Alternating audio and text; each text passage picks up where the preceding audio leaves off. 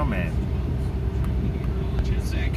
another episode of Driving Perilously, where we turn on the radio and talk about what we find. So here in sunny South Florida, we've got the weather forecast, which basically tells you if you don't have to go outside, don't.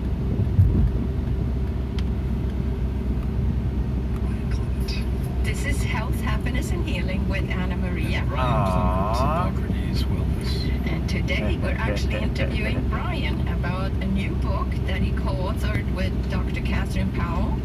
All right. We got a new book. Let's see. Now, why is belief and confidence so important, Brian? Number one, if you don't believe in yourself, you don't have a life. And if you don't have a life, you don't have confidence. And the question is Okay, I think we can move past that one safely. You're unhappy.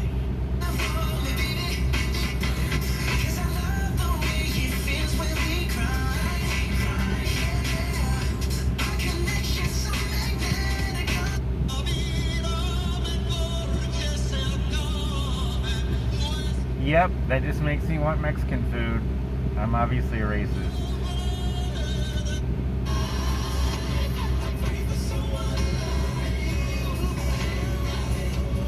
Okay, so I'll talk about that. Here in the United States,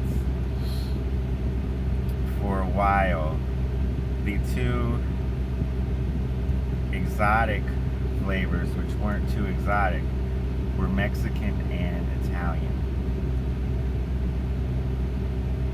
So we had meals that were considered American that were from other places, right?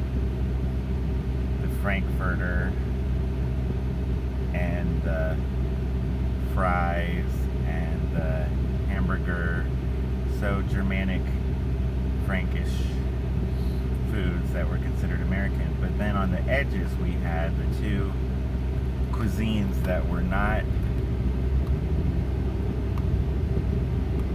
considered American: Mexican food and Italian food. And our versions of Mexican and Italian, the American versions of Mexican food and Italian food, centered around the tomato.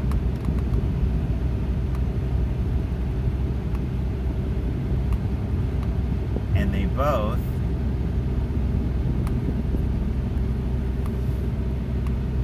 were things Americans pretended were different, but they were the same. Here's what I mean. There's 1,000 types of pasta. Thousands, 400,000 types of pasta. And you put red sauce on it, and each one has to have a different name. But it's still pasta with red sauce. And then you've got Taco Bell menu, where it just depends on what type of tortilla it is, but it's a tortilla with the same stuff in it, and they're both were considered slightly exotic, and they both were watered down versions of somebody else's cuisine. And then of course we had Chinese food, which wasn't Chinese at all. And every city around the country has the same menu that has nothing to do with China, but they all have the same menu. Okay, interesting. Then the same things has happened with Thai food and Japanese food, but Mexican and Italian have scooted over into being considered American. So pizza is now American, spaghetti is now American, and tacos, yeah, they're getting there, right? So we've got this range of food that's considered American, and this range of people that's considered American. And it keeps changing because America keeps changing. So if you look at what the choices were on the census for race, you'll see how arbitrary race is. And you'll see how different groups have been included in what would commonly be called white people. But I believe, and I stick to it, that in about 1974, 76, 78,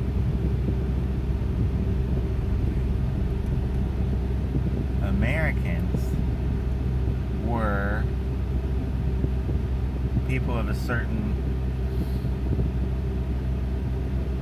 spirit, not people of a certain look.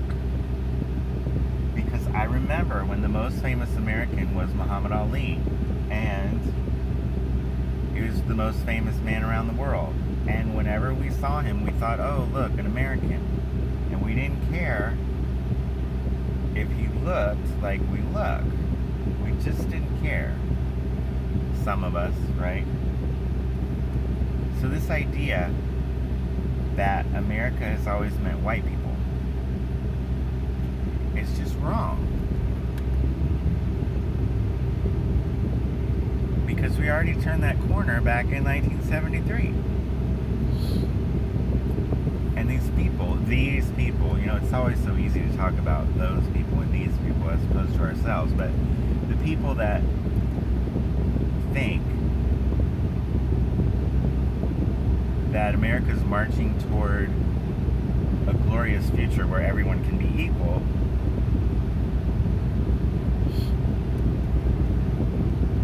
they forget that nothing's ever equal, and nothing ever was, and nothing ever will be. So there is going to be a prejudice, I don't know, against fat people or short people, and not against black people someday. But there's always going to be a prejudice. And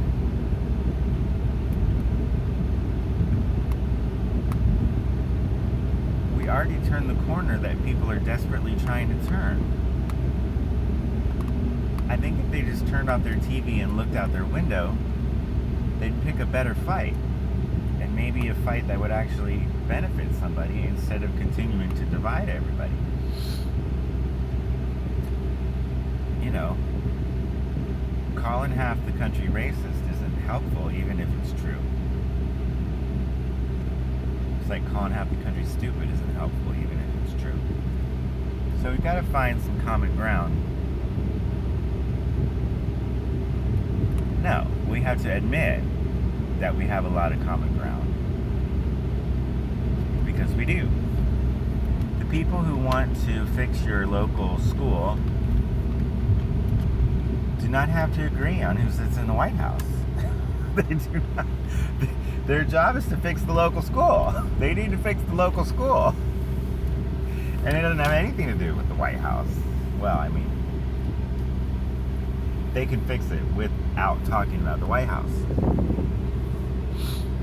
So the White House has been used by those in power to deflect attention from themselves. Because the White House is going to change every 4 or 8 years, right? What about all the things that haven't changed in 50 years, 100 years? That's the focus, my friends.